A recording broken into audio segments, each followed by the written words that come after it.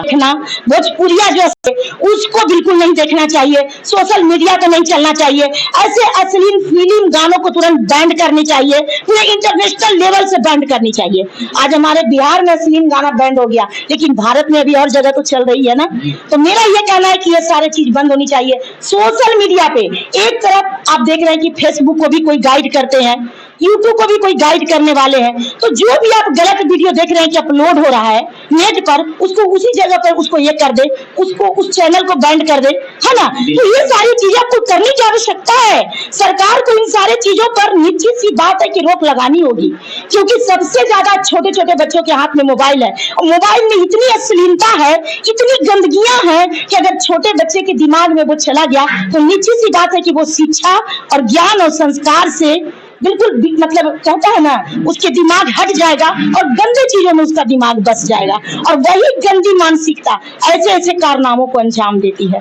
आज से जैसे ही दोनों का शादी होता था, दोनों अपने अपने शादी में क्लियर हो जाते थे, आपस में मिलकर रहते थे। नहीं आपस में नहीं, वो पहले जीवन को भूल जाते थे। हाँ। वो अपने पति को वफादार बन के रहती थी, पति से अपने पत्नी के वफादार बन के रहते थे, बोलते थे कि एक समय था, एक उम्र था, मुझसे गलती हो गया, लेकिन आने वाले वक्त में हम लोग का एक समाज है, परिवार है, हमारी एक गलती भी हमारे परिवार हमारे समाज को दूषित कर सकता है, और मुझे सामाजिक बन के जीना है, तो ऐसे घटनाओं को हम अंजाम नहीं देंगे। लेकिन आज लोग इतने बेशरम हो गए हैं, इतने बेशरम हो गए हैं। आज से कुछ समय पहले एक मतलब हिंदी मतलब फिल्म में ही एक गाना निकला था कि फिर से एक बार बिखर जाते हैं और फिर तेरे इश्क में पड़ जाते हैं, ये गाना चला था, पहला बार एक गाना आया था, और वो गाना जब मैं भी सुनी थी तो मुझे लगा था बहुत समाज को इसका गलत प्रभाव पड़ने वाला है, ये बिखर के मिलने वाली कौन सी कहानी है। तो कहीं न कहीं ऐसे ऐसे गाना भी कहीं न कहीं आने वाले युवा जनरेशन को गुमराह कर रहे हैं, लोगों के दिमाग को भटका रहे हैं। तो ऐसे दहियात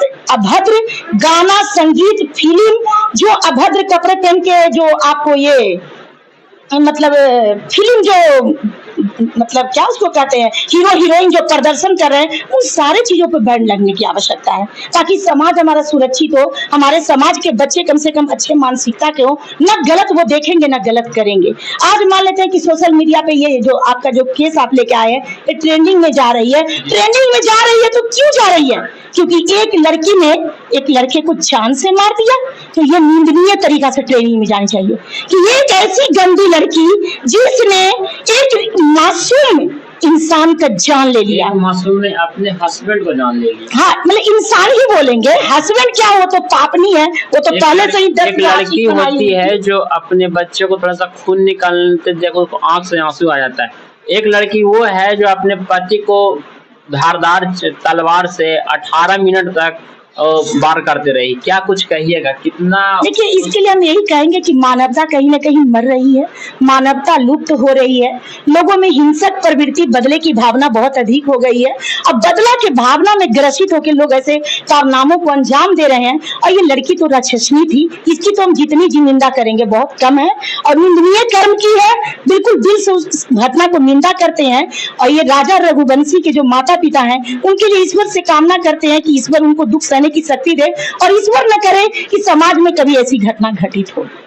मैम ये बताइए कि अभी इस तरह का घटना पहली घटना घटी है, उसके बाद में कई लड़कियां देखी होंगी, कई न जाने कितने लड़कों से प्यार करते हैं, कभी बाहर नहीं आए, सब लोग सीखते हैं, सब लोग सीखते होंगे, फिर वो भी ऐसा करना चाहेंगे, उन लोगों को क्या आप कहना चाहिए? देखिए, आजकल शिक्षा के नाम पर जो बच्चियों को स्वतंत्र कर दिया गया है, बच्चे तो पहले से स्वतंत्र थे, कहीं न कहीं कम उम्र में लड़का लड़की को इतना फ्रीडम मिल गया है कि मतलब उन लोगों को कोई समझाने वाला नहीं है। सबसे पहले तो शिक्षा के नाम पर लोग दूर दूर चले जाते हैं, दूर दूर शहरों में चले जाते हैं, परिवार और समाज से वंचित हो जाते हैं। वहां पर एक भटकाने वाली लड़की मिल जाती है किसी लड़के को, और किसी लड़की को कोई लड़के मिल जाते हैं, और दोनों ही कहीं न कहीं एक गंदा जो कि प्रेम का नाम दे दिए हैं, ये प्रेम नहीं है, ये वासना है। और कहीं न कहीं ये लोग अपनी वासनाओं का पूर्ति करने के लिए एक दूसरे से जुड़ते हैं, समाज को तो दूषित करते ही हैं, अपने जीवन को भी बर्बाद कर लेते हैं, अपनी शिक्षा को भी बर्बाद कर लेते हैं, क्योंकि इस फरमाने वाले चाहे लड़का हो चाहे लड़की हो कभी भी नहीं पढ़ सकते हैं। समझ गए ना। तो इस तरह के घटनाओं को हम तो यही बोलेंगे कि जो भी बच्चियां अगर पढ़ने वाली होगी तो वो अपने समाज में भी पढ़ सकती है, और सरकार से यही कहना चाहेंगे कि जगह जगह पे स्कूल होनी चाहिए, कॉलेज होनी चाहिए, ताकि बच्चियां अपने शिक्षा को लेने के लिए बहुत दूर न जा सके और परिजन को नजदीक में इन सारी व्यवस्था को मिलनी चाहिए। सोनम रघुवंशी को किस तरीका का उनको दंडनीय अपराध, दंडनीय सजा मिलना चाहिए। अगर हम मेरी सलाह से अगर उसको दंड मिलता है तो हम तो यही बोलेंगे कि बीच चौराहे पे ऐसी औरतों को एकदम गोली से शूट कर देनी चाहिए, सोशल मीडिया पे चलानी चाहिए। जिस तरह से सोशल मीडिया पे मौत का तांडव चल रहा है उसी तरह से अपराधी का दंड का तांडव चलना चाहिए कि एक अपराधी को किस तरह से बेचैन करके और उसको दंड दिया जाता है। तो मुझे तो ये लगता है कि ऐसे लोगों को एक दिन भी सांसें नहीं लेनी चाहिए अगर साबित हो जाता है तो। किसी इंसान को यदि एक पैना मारे तो कितना दर्द होता है एक लाठी में। उनको 18 मिनट तक तलवार से वार किया गया, कितना दर्द हुआ होगा मैम, आप अपने उस दर्द की कोई कल्पना नहीं कर सकते हैं। बहुत ही दर्दनाक घटना है और बहुत ही असहनीय पीड़ा हुई होगी। और बस यही कहना चाहेंगे कि ऐसे समाज में दूषित मानसिकता रखने वाली लड़कियां, चाहे महिला हो चाहे पुरुष हो, कोई भी हो, अदरवाइज सबको कड़ी से कड़ी सजा मिलनी चाहिए और इस तरह का निंदनीय काम हमारे देश और समाज में नहीं होनी चाहिए।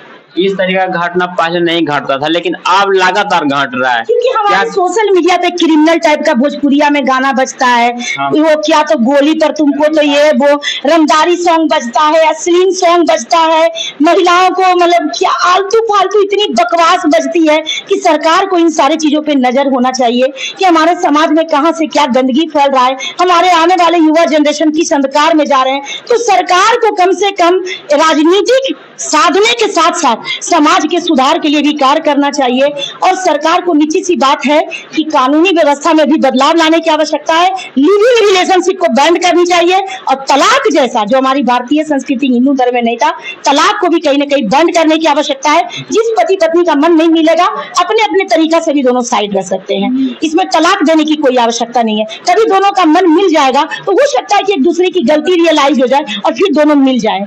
तो कहीं ना कहीं आने वाले अभी तो आप ये देख रहे हैं, आने वाले वक्त में तो ऐसा वक्त आएगा कि किसी बच्चे के पिता है तो माँ नहीं तो पिता नहीं, तो कहीं ना कहीं वो बच्चे को संस्कार मिलेगा कहाँ से। पहले तो हम लोग मतलब एक सिंगल फैमिली का रूप ले लिए कि आजकल बच्चे जॉब कर रहे हैं, अपने पत्नी को लेकर साइड रह रहे हैं, माता पिता को भी साथ में नहीं रख रहे हैं। अब देखने को मिलेगा कि माता पिता भी साथ नहीं रह रहे हैं, तो बच्चे संस्कार सीखेंगे कहाँ से। तो सरकार को कम से कम सामाजिक जो हमारे स्तर से जो इस तरह की बर्बादियां सामने आ रही है, इन सारे चीजों पर भी दृष्टि रखते हुए लिविंग रिलेशनशिप और तलाक जैसे जो हमारे समाज के निंदनीय एक जो लाइसेंस दिए हैं उसको बंद करनी चाहिए और समाज में सुधार करने के लिए एक प्रयास, एक पहल की आवश्यकता है। बस यही कहना चाहेंगे। मैम, आने वाले समय में अभी बहुत सारे लोग शादियां करेंगे, देखभाल करते हैं, क्या कुछ कहिएगा समाज को, किस तरीका से सब छानबीन करके शादी करना चाहिए समाज को? जिस तरीके देखिए, समाज को सबसे पहले यही साबित करना चाहिए कि पहले तो लड़की का कैरेक्टर को ही देखना चाहिए। क्या आपकी बेटी पहले से किसी के साथ अगर प्रेम प्रसंग में है तो आप मुझे बता दें, और लड़की से भी पूछना चाहिए कि अगर हो तो तुम मुझे बता दो। और सबसे पहले इसी चीज की जांच होनी चाहिए। अगर दहेज के लालच में आप उठाकर किसी भी लड़की को अपने घर में ले आ रहे हैं तो ऐसी घटनाओं का अंजाम आपके सामने भी आएगा।